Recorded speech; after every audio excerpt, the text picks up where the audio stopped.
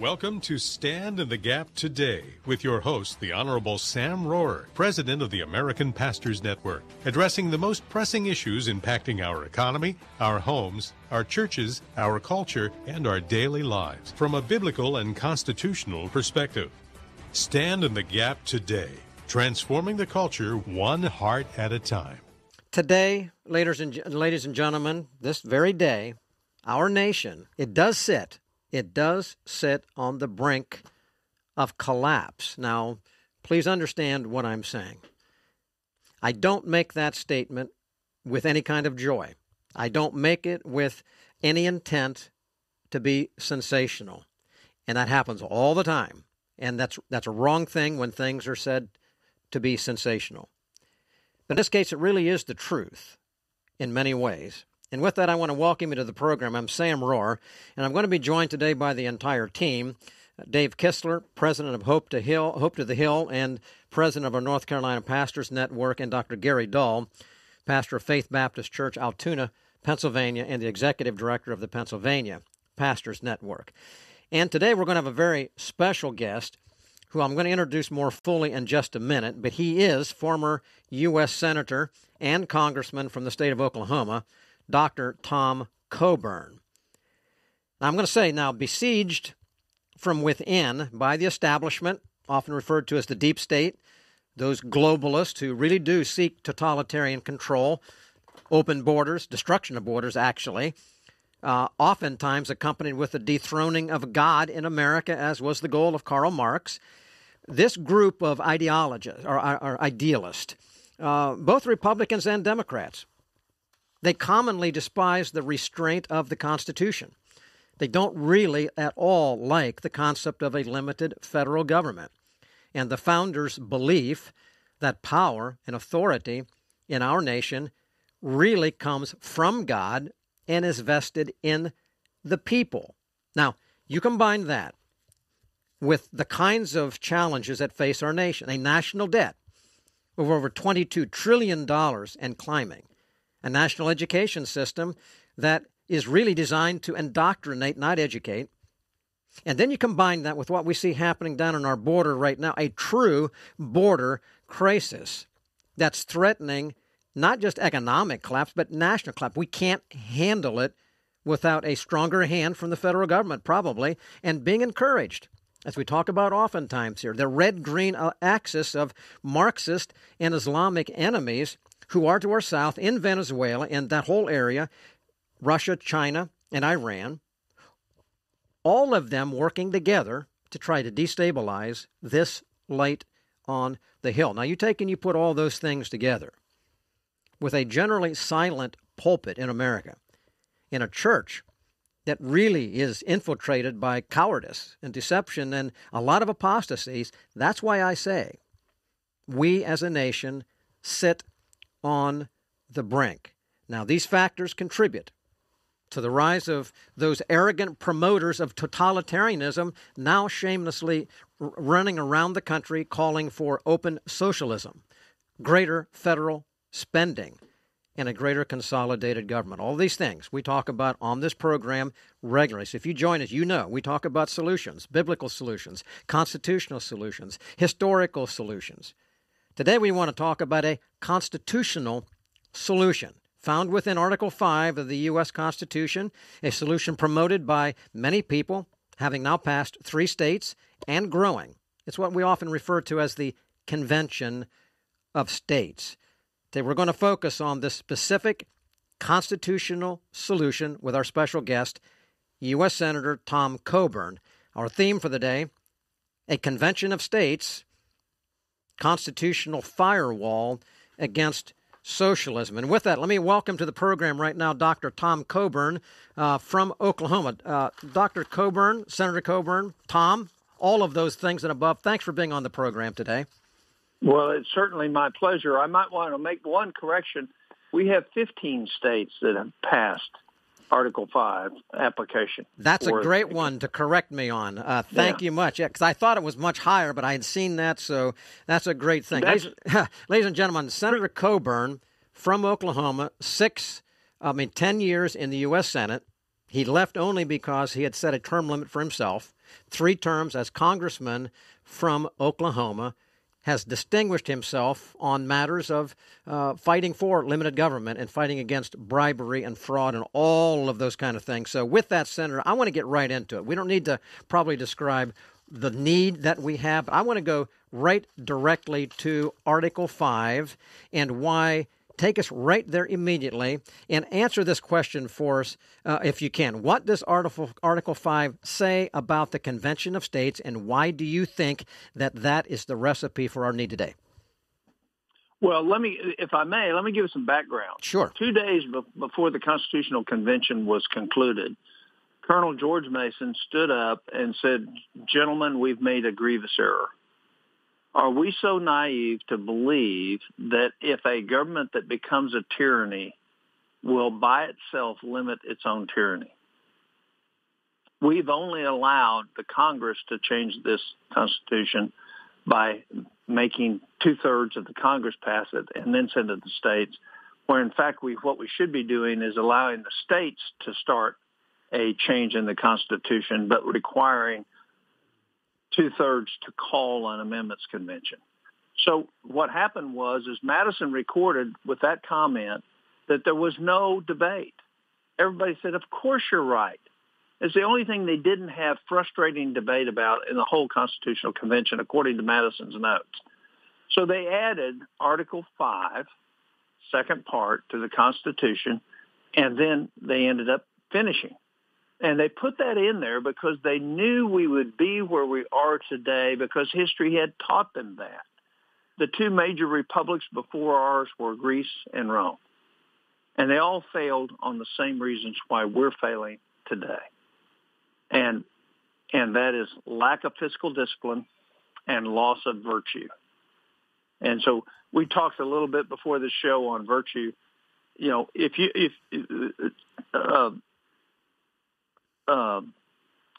de Tocqueville said, "America will be great as long as America is good. When America ceases to be good, America will cease to be great." And what he was saying is you'll lose your republic. And so virtue is a key battle that we lost because public education is now controlled by Washington, and it's about indoctrination, not education, not teaching thought, not teaching thinking patterns, not teaching ethics, not teaching oratory. None of the things that we were taught in school are being taught today. So there's a key to it. So going back to Article 5, it is actually the only solution that's big enough for the problems that we have. And let me describe the problem after 16 years of being in Congress. The problem is the enumerated powers that the Constitution gives to Congress have been totally ignored. And they've bought off the states with grants and monies with all these hooks on it that you have to do what we want done in Washington if you want some of your money back. So consequently, we now have a federal government that controls almost 60% of every state legislator's budget. And ladies and gentlemen, I'm going to interrupt, right, Tom, because we've got to go to a break. Ladies and gentlemen, you're listening to Stand in the Gap today. We're talking about Convention of States, constitutional firewall against socialism. And we're going to get there in just a moment. Our special guest, former Senator Tom Coburn from the state of Oklahoma, on this matter of the Convention of States. We're going to continue in this discussion and identification of what the article says, and again, specifically how it is worked out and why it's so important for today. We're talking today on Stand in the Gap today with our special guest, former U.S. Senator Tom Coburn from the state of Oklahoma. The issue, a Convention of States, a constitutional firewall against socialism. Now, Article 5 of the U.S. Constitution reads in part, it says this, quote, "Whenever 2/3 of both houses shall deem it necessary, or on the application of the legislatures of 2/3 of the several states, shall call a convention for proposing amendments, which in either case shall be valid to all intents and purposes as part of this Constitution," and then it goes on and it completes that thought. The point is that the provision for the calling of a convention of the states is referred to by some as an emergency reset button, permitting the several states to recalibrate, to correct, to perhaps reset an alignment of authority and power between the federal government and the several states who, as we've just heard from the senator, have really yielded their sovereign authority, almost being bribed by federal government money. Now, often confused by many and unheard of by even more, is this provision referred to as a convention of states, and that this emergency button, as it's called, is not only necessary now, but I'm going to insert there, may likely be the only constitutional reset button available to the people and the several states, short of a far more extreme and unpredictable means. Now, Dr. Coburn, I'm calling you doctor because you're a senator, but you are also our friend Tom. Please state again, you were going down that road, but the purpose for this provision, this emergency button, as it's called, I think you've referred to it as that itself. What did the founders potentially anticipate as a need for the states to force changes and do those changes or do those conditions that they perhaps envisioned, do they exist today? Sure. And if you think about founding principles, that we were to have three branches of government, each one having a check on the other, and that everything outside of the enumerated powers was left to the people in the states. And they knew that wouldn't last. Remember what Franklin said, what'd you give us? And he said, we gave you a republic constitution if you can keep it. All right? The question is, I think without a doubt our founders would have been disappointed that we hadn't used this before now. Everything that is, and we are trying to restore. We're not trying to rebuild. We're not trying to change. We're trying to restore the Constitution to its original intent as far as Commerce Clause in terms of limited government, in terms of restoring the liberty and freedom of people. And the real question comes down to this. Who decides in our country? Whether you're in North Carolina, like where I'm sitting today, or if you're in Oklahoma or New York or California, who decides? Is it a bunch of bureaucrats in Washington or 9 judges on the Supreme Court? Or should it be, as our founders intended, outside of the enumerated powers, it should be we the people deciding in our own states? And remember, their whole idea of creating the House and the Senate differently was so that populism could not be just the thing that ruled everything, that you'd have structure and it would continue. So our whole goal is 3 things. 1, to restore the limited government.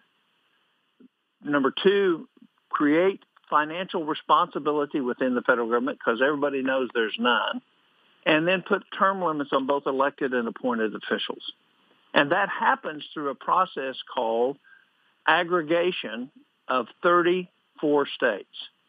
The Constitution requires 2/3 of the states to ask for a convention of the states to offer amendments to the Constitution, but they have to aggregate. They have to be the same. So there's almost 500 applications sitting in Washington to this day, but they don't aggregate. And what we're doing is building a grassroots army. We're now close to 4 million people across this country pushing to get an amendments convention that will force a balanced budget amendment, force general accepted accounting principles, force transparency, restore the Commerce Clause, General Welfare Clause, and necessary and proper clause, which will limit the scope and jurisdiction of the federal government in terms of telling the states what they can and can't do. Mm-hmm. And we're not talking about civil rights or individual rights. We're talking about preserving them, not limiting them. Yes. And then finally putting limits on the terms of people who are appointed or elected. And which is something I can interject before Gary asked you a question. Sure. That's one of the things that you did. The reason you're not in the Senate right now is that you self-imposed a term limit restriction on you. And I asked you before the program went on, do you think that was an important thing to do? And let me ask you, answer it publicly. Was that important to do that? Absolutely, because what it does is you put limits on yourself, and it keeps you thinking about why you're there. Why was I there? I was there to reinforce the constitutional principles that I was taught. And I wasn't there to get reelected, and I wasn't there to become a leader in the leadership of the Republican Party. I was there to uphold the Constitution and do what is in the best long-term interest of our country, not what was politically expedient for me. Yeah, and that's the oath that you took, correct? To uphold the Constitution, Absolutely. Not to do something to get reelected down the road a little bit. And it seems as though there are so many in Washington, as well as in the states, who forget that. I like the statement that you made a moment ago, Senator, and that is that your goal is to restore to the original intent of our Constitution, and that is needed. And I know here at the Stand in the Gap Radio, we give a hearty amen to that. But a lot of work has been done down through the years to attempt to encourage states and the American people to pursue this idea of a convention of states. And do you say that there are 15 states already lined up and you need 34? Is that correct? Yes, sir. We have 15. I think we're going to get North Carolina this year as well. Okay. So we'll be at 16. Okay. And how is this process coming along? I mean, can you predict at all when you think that number 34 might come along as you look ahead a little bit? Oh, I like anybody, it would be a guess. What we do is we target certain states, and we put resources in, and we build the grassroots in those states, and then we go around and talk to legislative leaders and members in those states, and try to build the effort through the constituents of that state. On average, 65% of the people in North Carolina want this to happen, for example. That's where I sit today. 52% of the Democrats do. So this is a majority opinion where you can bring Democrats and Republicans together and say, don't you really want to start making the decisions here instead of having somebody at the Department of Education or Transportation telling you what to do? And so we see some common ground. But what we do is we target. So could I give you an estimate? Yeah, 4 or 6 years from now, we should have the 34 states and already be through convention and have the states take their 7 years to decide what they're going to do with it. Amen. Senator Coburn, it is a delight to have you on. In fact, segment 1 was a walk through history, and I loved every bit of it, and thank you so much for all the work you've put in. Let me ask you this. Getting 2/3 of the states to agree on something is a very difficult procedure, to be sure. So my question is, what's the primary motivation for these states coming together? I mean, is it political alignment, red states versus blue states? Is it issue-driven, like the issue of abortion or something like that? Or is it state sovereignty that's driving these states to be interested in a convention of states? Well, I don't think it's issue-driven as much as returning the decision-making and the power back to states that the government has usurped. When I talk to legislators of both parties, they don't like, unless they're of the new ilk, of the socialist ilk that's rising today, they don't like the fact that federal government tells them what to do and when to do it. And when I say federal government, I'm talking about unelected bureaucrats or judges who were unelected but appointed and have decided that they'll create the Constitution they want rather than follow the one our founders gave us. So I think there's a mix in certain states. In Utah, we had 4 or 5 Democratic senators that voted with us. So it's bipartisan in certain states. In other states, it's really issue driven. Some states, especially like Massachusetts and New York and Vermont, they believe in socialism. They believe the government ought to make all the decisions for you. That's ingrained in what they believe. They don't believe in our Constitution, but they believe in that.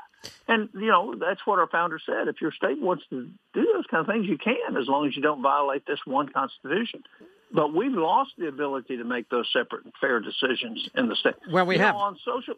I want to ask you a question right now. We may have to drag it over to the next section, but I want to ask you this, because having been in the legislature like I was in Pennsylvania for a long time, I would say that most, yes, agree. We don't like Washington tell us what to do. But I want to go here and ask you this. In the end of the day, has the federal government actually taken power from the states, or have the states over time actually given it up? Two answers very quickly.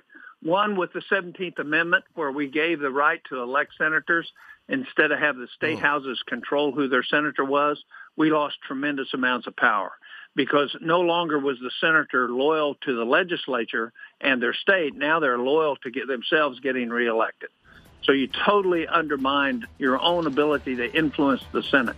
The Senate was designed by our founders to put a brake on expanding government.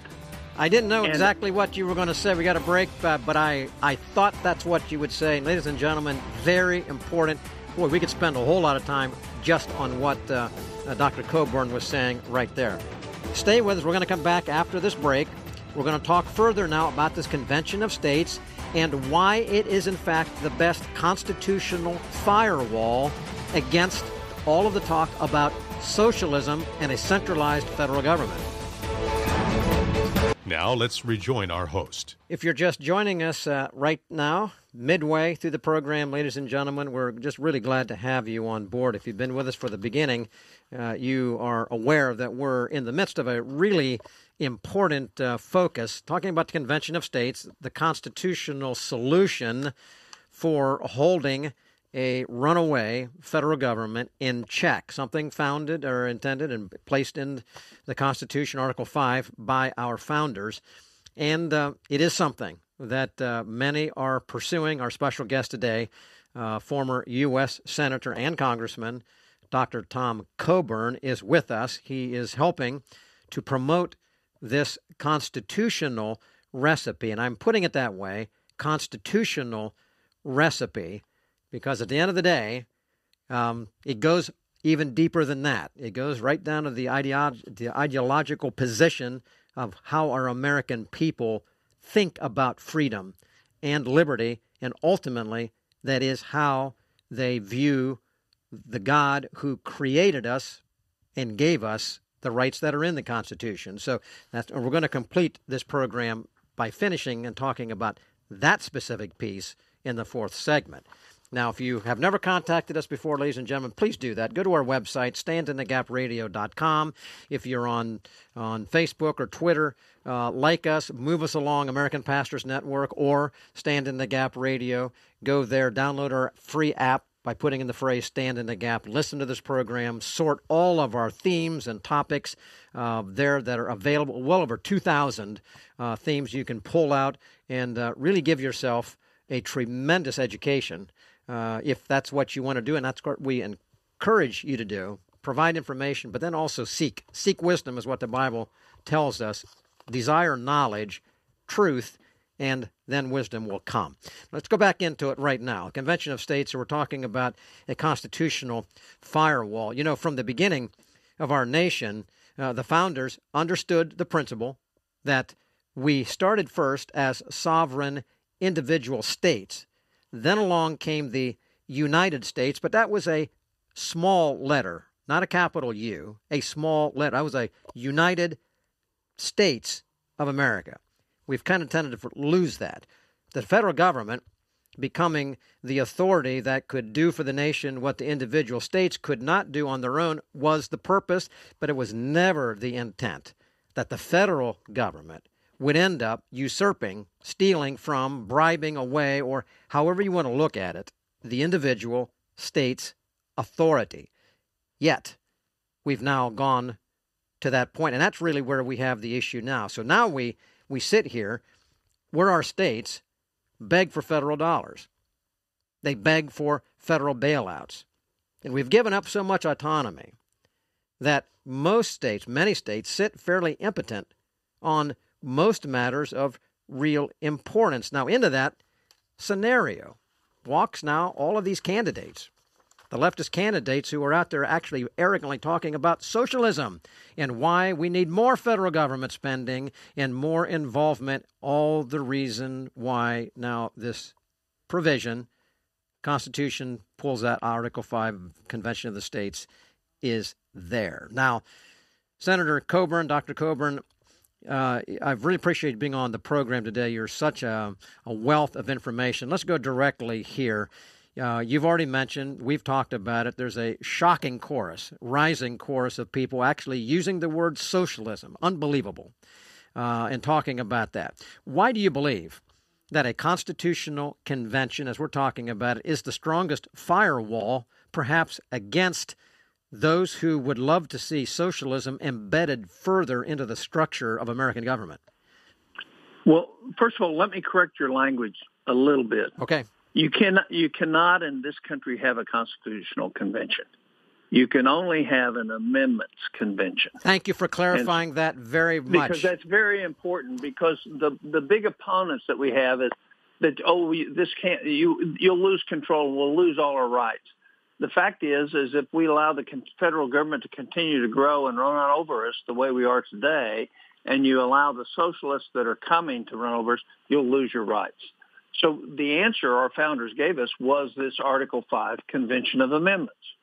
So why is this the answer? Is because we have every intent to restore the balance of power.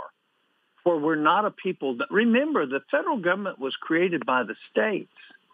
The federal government didn't create the states. The states created the federal government. And we, the people, are the ones that determine the powers of the federal government.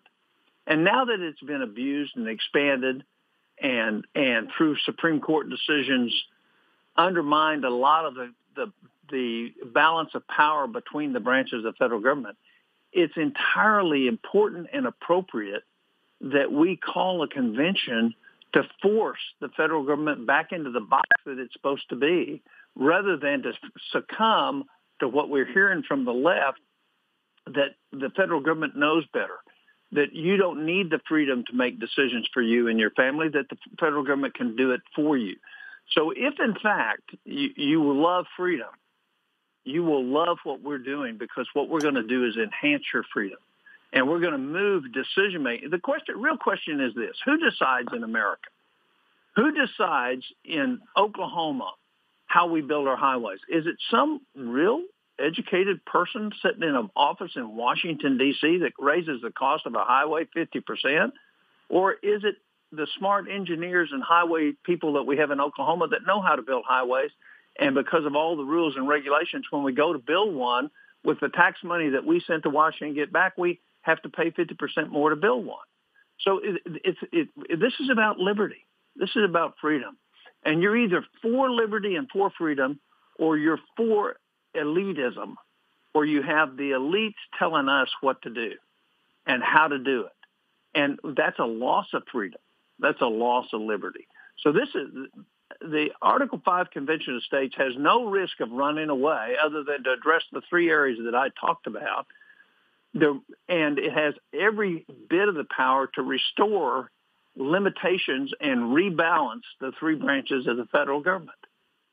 And they're not in balance today. The Supreme Court wasn't intended to make all these decisions that these judges are making because they don't like something, and they're supposed to be interpreting the Constitution as it is written, not what they'd like to see. So my hope is that your listeners will understand this and contact their legislatures and say, we want you to pass this to restore the balance and move more decision-making back to the states. Dr. Coburn, all of this makes perfect sense to me. What you've just said is touched on fairly significantly a portion of the question I want to ask you, but I want to drill down on this because I have had lengthy conversations with people, and here's where everybody goes that fears, and I'm going to use that word, they fear a convention of states because they fear it could get out of control. And here's the argument they advance. What about states like New York? Or what about these left-leaning states that already defy and despise the Constitution as it is? If you open up an amendments convention or a convention of states, it could get out of control, and we could have worse problems, more socialistic thought than less.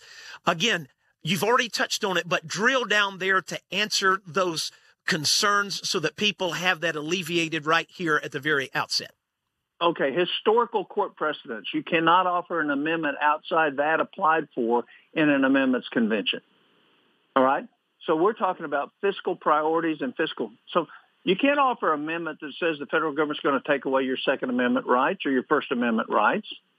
It'll be deemed non-germane. So that can't happen. And even if they override, with 2/3 of the states would have to override that, it'll never get sent to the states because the Congress will be forbidden for sending an amendment that wasn't within the purview of the application. So here, you touched on it. Here's the real thing. People have more fear than they have courage. And that's why part of the reason we're failing as a country is because they won't stand up when they know it's wrong because they're fearful. And our country was built on courage and faith and truth and wisdom, not on cowardice, fear, and incompetency. So let me make a that couple is more well points on said. that. The second point I would make is even if something got out of control and it was sent to the states, all it takes is 13 judiciary chairmen of either a Senate or a House in 13 different states to stop anything. So nothing, and I've been in 42 states in the last 5 years, and none of that's going to happen. Because you know what? Most of the state legislature, and even in some of the crazy, wacky states, they don't want the federal government to tell them everything. So there's a lot of patriots all across most of these legislatures, even though their state may want to do that, and maybe some in their state houses want the federal government to control it. It isn't going to happen. It's an impossibility. So, Senator Coburn, I'm going to step. Okay. I'm just going to say I'm going to step in here quickly, if I may, because we're about out of time in this segment. But in your opinion, what can the average person do to facilitate an orderly constitutional effort to curb the excess of federal government? I can hear people out there saying, "What can I do?" What can the average Joe America do to help us on this process? Well, the average Joe America smiles when I tell them about Article 5 Amendments Convention. They say, really? That's in there? We can do this? And all of a sudden they say, yeah. So here's what the average American to do. They can go to conventionofstates.com, read the stuff. It takes you about 40 minutes to read everything that we're doing and why, and there's tons more in there. And then write a personal letter to your state legislator and say, please support this. Please return the balance of power. Please keep and ensure our liberty and our rights. Please don't let the federal government mortgage my kids' future anymore. Dr. Coburn, give that website one more time, please. Conventionofstates.com. Conventionofstates.com, ladies and gentlemen. Dr. Coburn, thank you for being with us. God bless you, and let's pray this effort moves forward. Go to conventionofstates.com, press the button, sign the petition.